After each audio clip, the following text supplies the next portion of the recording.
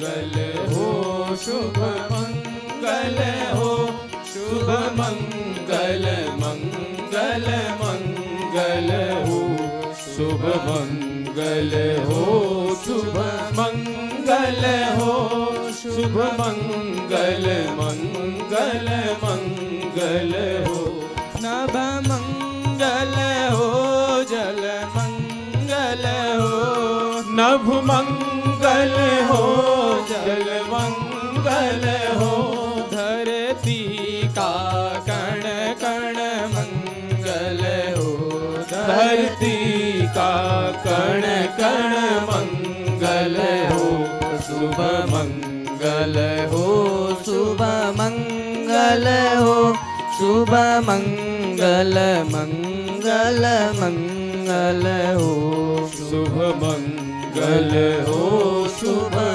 मंगल हो, शुभ मंगल मंगल मंगल हो, दिन मंगल हो, निशि मंगल हो, दिन मंगल हो, निशि मंगल हो, जीवन का हर क्षण मंगल हो, जीवन का हर क्षण मंगल हो, शुभ मंगल हो, शुभ मंगल हो, शुभ मंगल मंगल मंगल हो, शुभ मंगल हो, शुभ मंगल हो, शुभ मंगल मंगल मंगल हो, तन मंगल हो, मन मंगल हो, तन मंगल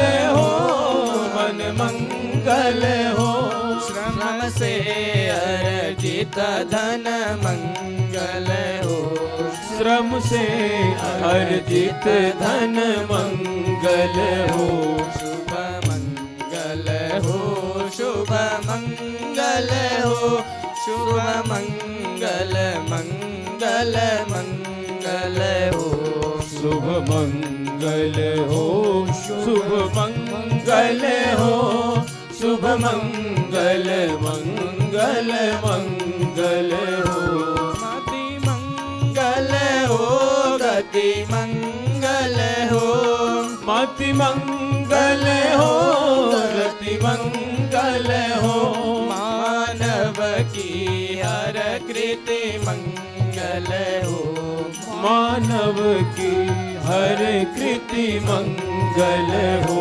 शुभ मंगल हो, शुभ मंगल हो, शुभ मंगल मंगल मंगल हो, शुभ मंगल हो, शुभ मंगल हो, शुभ मंगल मंगल मंगल हो, शुभ मंगल मंगल मंगल हो, शुभ मंगल मंगल मंगल हो।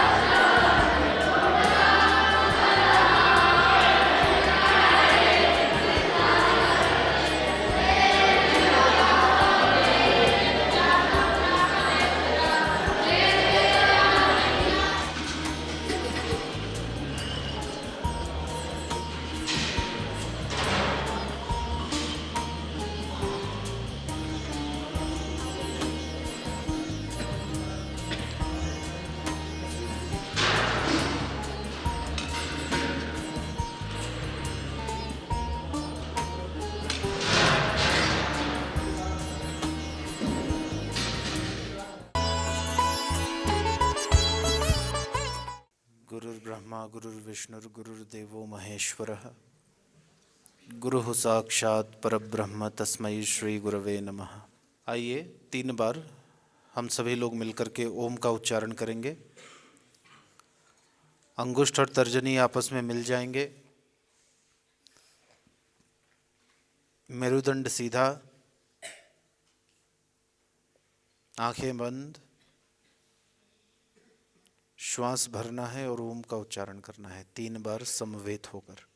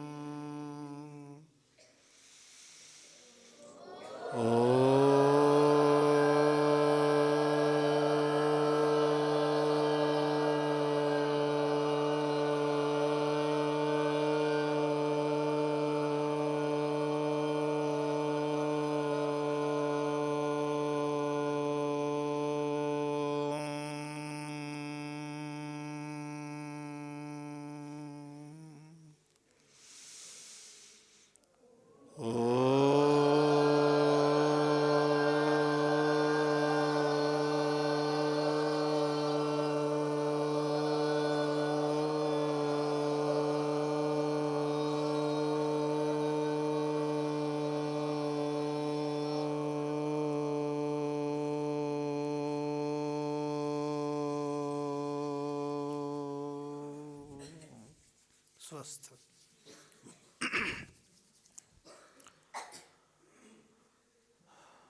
हम लोगों का परम सौभाग्य है कि हम लोगों को पूज्य गुरुदेव के सानिध्य में बैठ करके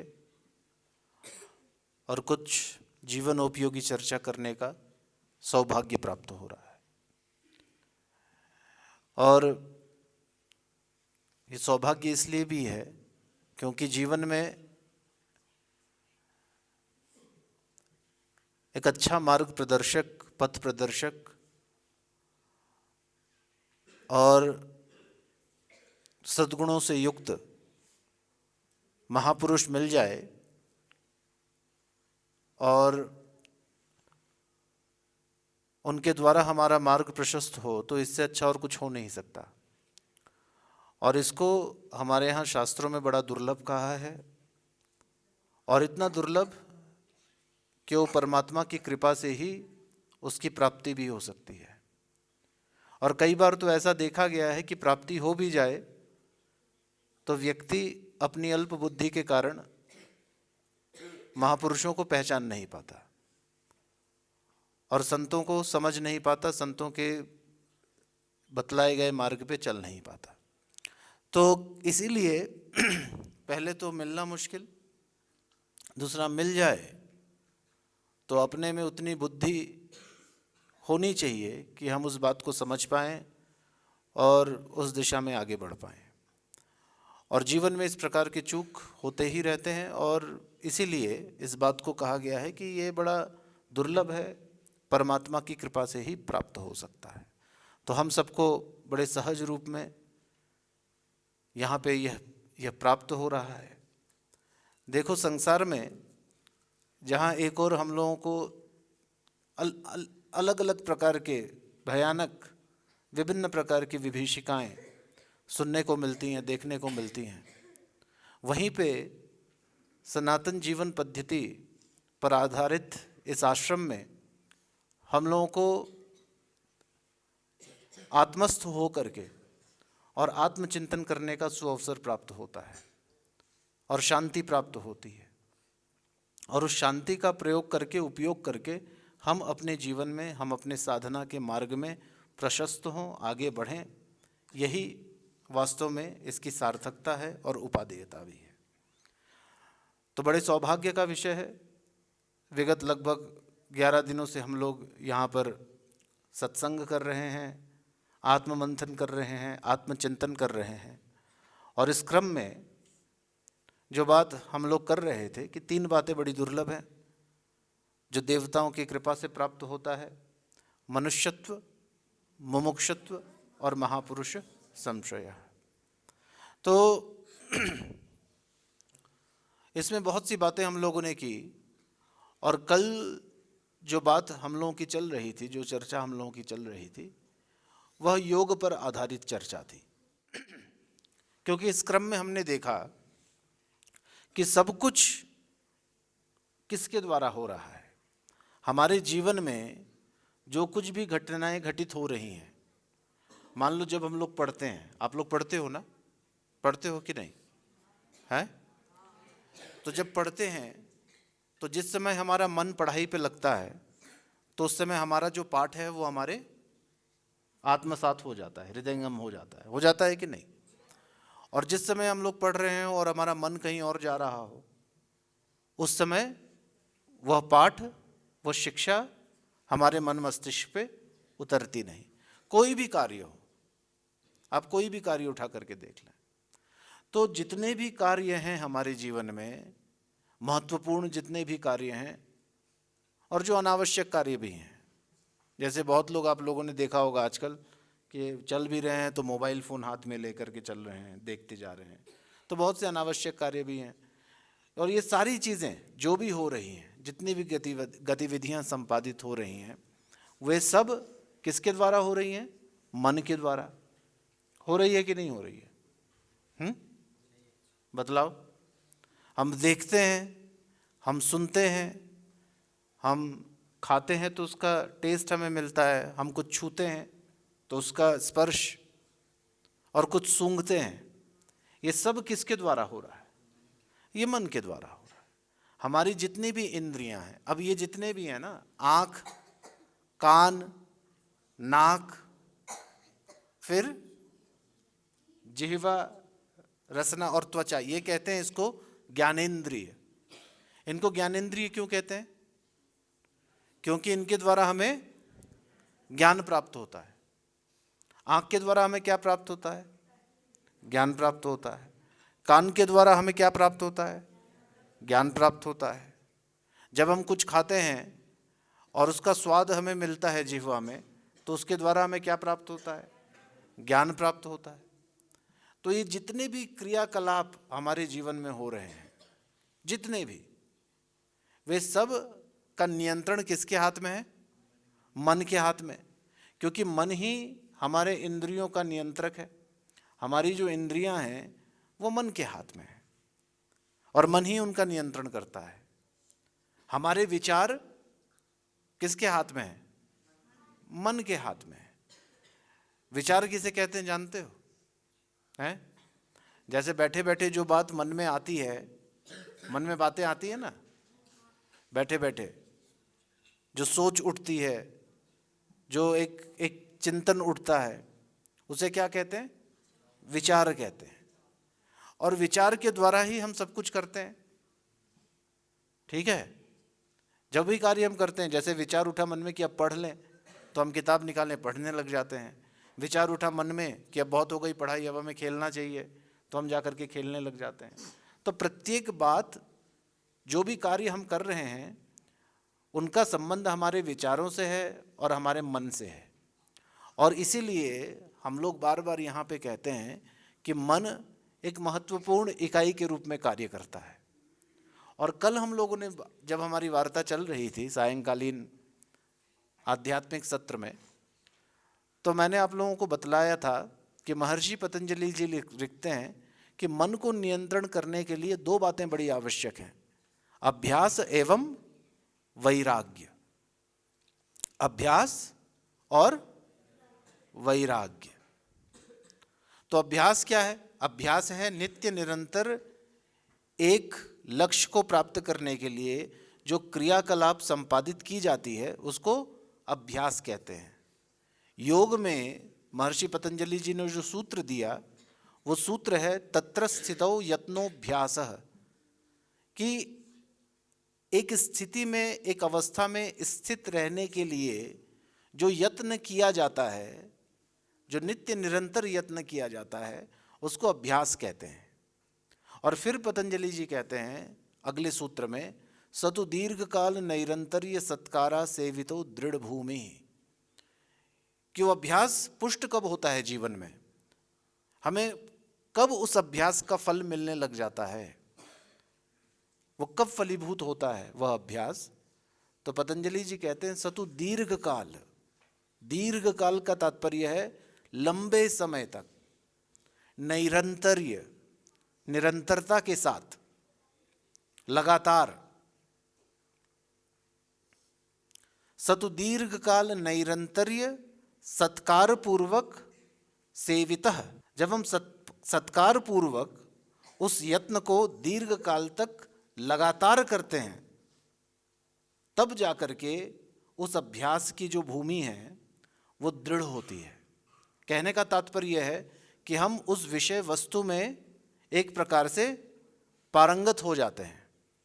तो हमारा विद्यार्थी का जीवन है या हमारा किसी भी प्रकार का जीवन है, एक व्यवसायी का जीवन है या कोई भी, हम कोई कर्मचारी हों, किसी भी पद पर हम हों, कोई भी कार्य हम कर रहे हों, उसमें हमारी सफलता इस बात पर निश्चित करती है कि हमारे प्रयास एक तो कितने ऑनेस्टली किए गए हैं, कितने ऑनेस्टली और ईमानदारी से हम अपने प्रयास को संपादित करते हैं, और दूसरी बात कि हमने अपने उस लक्ष्य को प्राप्त करने के लिए अभ्यास कितना किया है।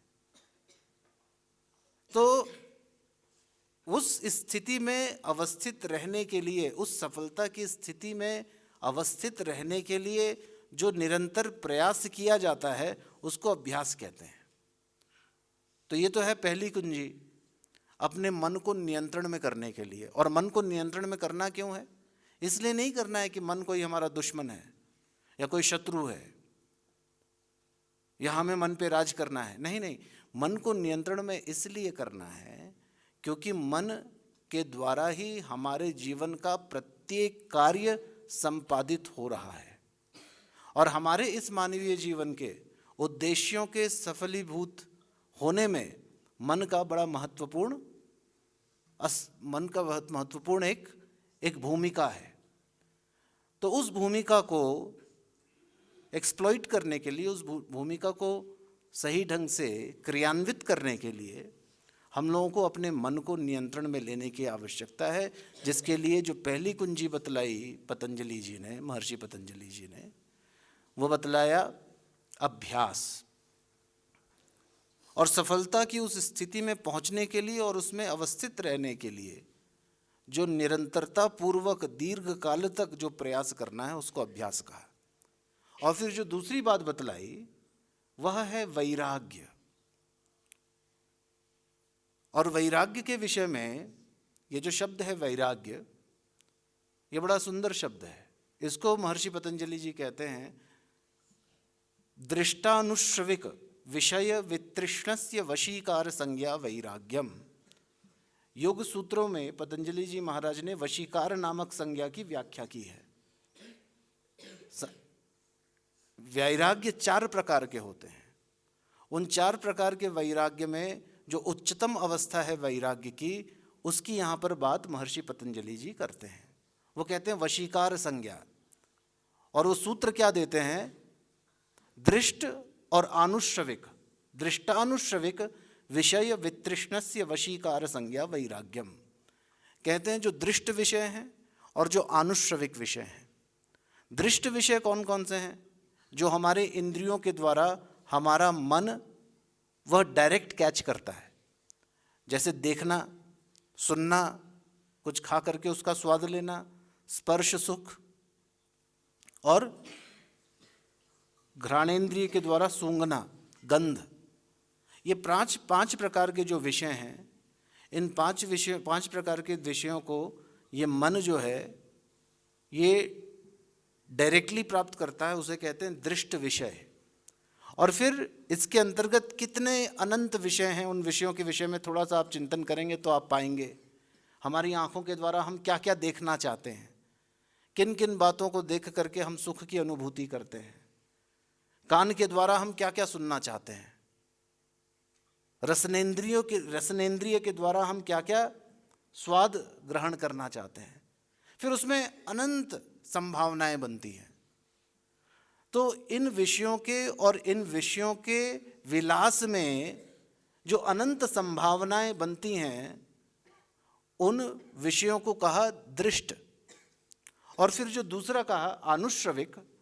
आनुश्रविक कहते हैं जो हम लोग सुनते हैं, सुन करके जो हम लोग प्रमाण मान करके जिन विषयों के पीछे घूमते हैं, जैसे स्वर्ग आदि सुख। स्वर्ग अभी नहीं मिलेगा, मरने के बाद, ये बात हमने सुना है और हम स्वर्ग की चाहना रखते हैं। और इस बात को आप लोग ऐसे ही मत समझिएगा, वाकई में इस दुनिया में बहुत से ऐसे लोग हैं जो स्वर्ग की चाहना रखते हैं, और लोग क्या क्या करने के लिए तैयार हैं आप लोग जानते ही हैं इस बात को। तो स्वर्ग की चाहना, तो एक तो है दृष्ट विषय और दूसरे विषय हैं आनुश्रविक विषय, जिनको हमने जाना नहीं और जीते जी जान भी नहीं पाएंगे, परंतु जिनके विषय में हमने सुना है, वो आनुश्रविक विषय। पतंजलि जी कहते हैं इन दोनों प्रकार के विषयों से, दृष्ट आनुश्रविक विषय वितृष्णस्य वशीकार संज्ञा वैराग्यम, कि इन दोनों प्रकार के विषयों से जब हमारी एक प्रकार की वितृष्णा हमारे मन में उत्पन्न होने लग जाती है, एक तो है तृष्णा और दूसरी है वितृष्णा। तृष्णा कहते हैं आकर्षण को, उस किसी वस्तु के प्रति मन में उठ रही लालसा को, इसको कहते हैं तृष्णा, जिसके विषय में पूज्य गुरुदेव हम लोग को बतलाते हैं, आशा नाम नदी मनोरथ जला तृष्णा तरंगाकुला।